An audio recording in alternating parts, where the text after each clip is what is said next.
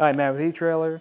Today we're going to be talking about the Kuat Sherpa Bike Rack on the back of our 2023 Nissan Murano. Now this is going to be a great option for you if you want to carry a variety of different types of standard sized bikes on the back and if you want to go out riding with a friend. So let's take a closer look at it. This rack is going to be available in a couple different colors. Today we got the gunmetal and orange, but you can also get it as a gray or pearl. And this is going to be able to hold up to 40 pounds per bike, so you won't be able to accommodate a lot of your heavy e-bikes. We're going to have 2 points of contact. We're going to have this front ratcheting hook that grabs onto your front tire, and then we're going to have this rear strap. So since we're not making any frame contact, it's going to be a great option for those alternative or carbon frame bikes. And if you ever need to access your hatch, you can tilt this away just by pulling this lever and letting it fall back towards you. Just be sure to watch your head when you tilt it away. And now you can come over to the front, open up your hatch, and either grab any groceries or put them in, or if you want to get ready for your ride, you can grab your helmet, take a seat in here, and tie your shoes. And to put it back into the seated position, all I have to do is push up on it until it clicks into place. And what's really nice about this one is this is a pretty light bike rack, so pushing it back into place isn't very difficult. But if we're going to take a closer look at the rack itself, we're going to have to take off our bike. I like to start with these straps, just by pushing in this button, releasing this, and tucking it behind our tire so it's out of the way. And then I come over to the front ratcheting hook. I like to grab my bike frame so it doesn't fall over.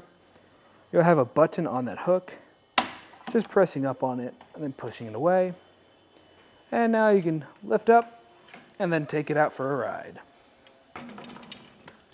Taking a closer look at these cradles, we'll notice that the rear cradle has this ability to rotate, and that's going to be able to accommodate a wider range of wheelbases. And if we come take a look at the front cradle, we notice we have this other section here, and what this does is to provide more support for your front wheel. And when you're not using it, you can push it back down so it's flush. Make sure you push your ratcheting hooks back down so they're out of the way. And if you take a closer look at this second tray, you'll notice we have this hole with a lock core, and what that's going to be used for is your included bike cable lock. Now we can take some measurements on how it's going to sit back here.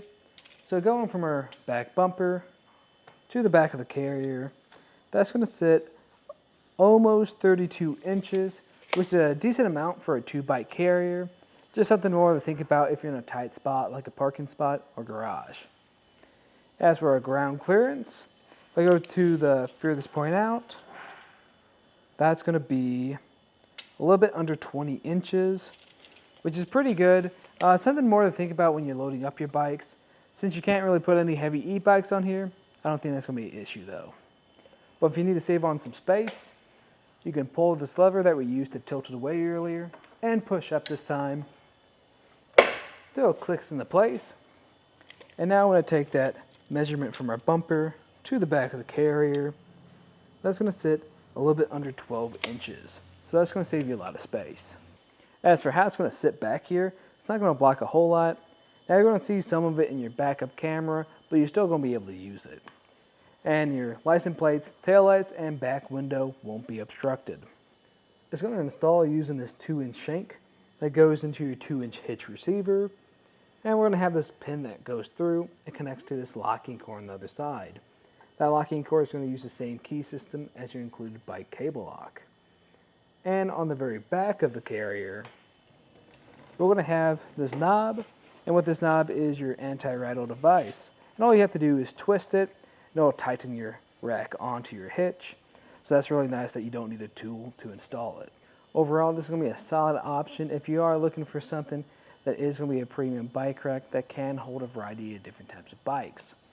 Now, if you are looking for something a little bit more budget friendly, I'd recommend the Rocky Mounts monorail. It's going to perform very similar to this one, only with a few differences with the higher weight capacity. And it's just not going to have some of those premium features like this built-in anti-rattle device. But if you like this one because it does have those premium features, then I think it's going to be a great choice for you. But if you liked everything you saw today, that was just a look at the Kuat Sherpa Bike Rack on the back of our 2023 Nissan Murano.